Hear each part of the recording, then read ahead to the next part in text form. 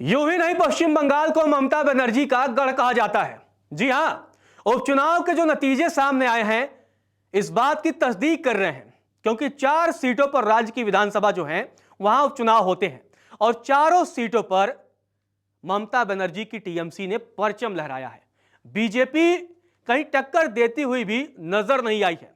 चारों सीटों पर बीजेपी को एक तरफा हार का सामना करना पड़ा है और जो टीएमसी के उम्मीदवार हैं इन चारों सीटों पर बड़ी अंतर से जीते हैं। तो ममता बनर्जी ने लोकसभा चुनाव के बाद अब एक बार फिर से उपचुनाव में साबित कर दिया है कि पश्चिम बंगाल टीएमसी का अब गढ़ हो चुका है और एक ऐसा गढ़ है जिसे भेद पाना जहां विपक्षियों के लिए बेहद ही मुश्किल काम है। और अब जो उपचुनाव के नतीजे आए हैं वहां बीजेपी को करारी हार का सामना करना पड़ा है। लोकसभा चुनाव में बंगाल में बीजेपी को झटका लगा और अब उपचुनाव में भी बीजेपी की जो ताकत थी वो असफल नजर आई। तो सबसे पहले बात करते हैं बागदा की। बागदा में जो नतीजे सामने आए हैं उपचुनाव के, वहां 33,455 वोटों से टीएमसी ने जीत हासिल की है। टीएमसी की उम्मीदवार मधुपर्णा ठाकुर ने यहां जीत हासिल की है। उन्हें कुल 1,07,706 वोट मिले, जबकि उनके प्रतिद्वंदी बीजेपी के उम्मीदवार विनय विश्वास को कुल 74,251 वोट मिले। तो इस तरह से टीएमसी ने बागदा विधानसभा सीट पर 33,455 वोटों से जीत हासिल की है। इसके बाद अब बात करते हैं रानाघाट दक्षिण की।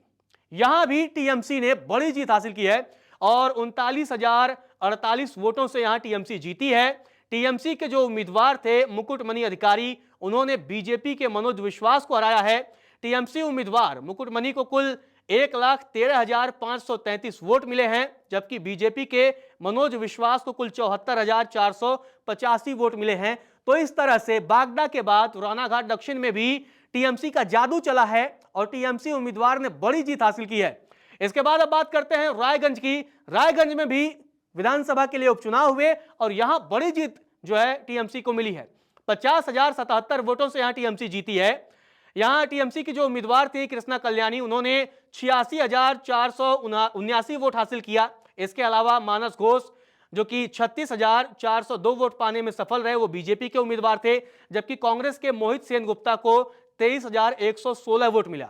वहीं मानिकतला पर भी लगभग अंतिम नतीजे आने ही वाले हैं और जब तक ये थोड़ी समय में आ भी जाएंगे, लेकिन वहां भी बड़ी बढ़त है। वहां भी बीजेपी किसी भी तरह से कमबैक करती हुई नहीं दिख रही है और वहां भी बीजेपी को बड़ी जीत मिलती हुई, टीएमसी को बड़ी जीत मिलती हुई जो है वो दिख रही है। टीएमसी मानिकतला में भी बड़े अंतर से जीत दर्ज करते हुए दिख रही है। लेकिन रायगंज, बागदा और इन सारी सीटों पर, रानाघाट दक्षिण, इन सारी सीटों पर टीएमसी ने अपने झंडे गाड़े हैं और बीजेपी का खाता भी उपचुनाव में नहीं खुलने दिया है। जिस तरह से टीएमसी ने चारों सीटों पर प्रदर्शन किया है, बीजेपी कहीं टक्कर देती हुई भी नहीं दिखी है। मतलब एक होता है हारना, लेकिन मुकाबले के पास पहुंच के हारना, लेकिन बीजेपी एक तरफा हारी है। इन चारों सीटों पर जो उपचुनाव हुए हैं उन चारों सीटों पर बीजेपी को एक तरफा हार का सामना करना पड़ा है और चारों सीटों पर टीएमसी के उम्मीदवारों ने अपना परचम लहराया है और चारों सीटों पर टीएमसी के उम्मीदवारों ने जीत हासिल की है। नमस्कार, मैं हूं मानक गुप्ता।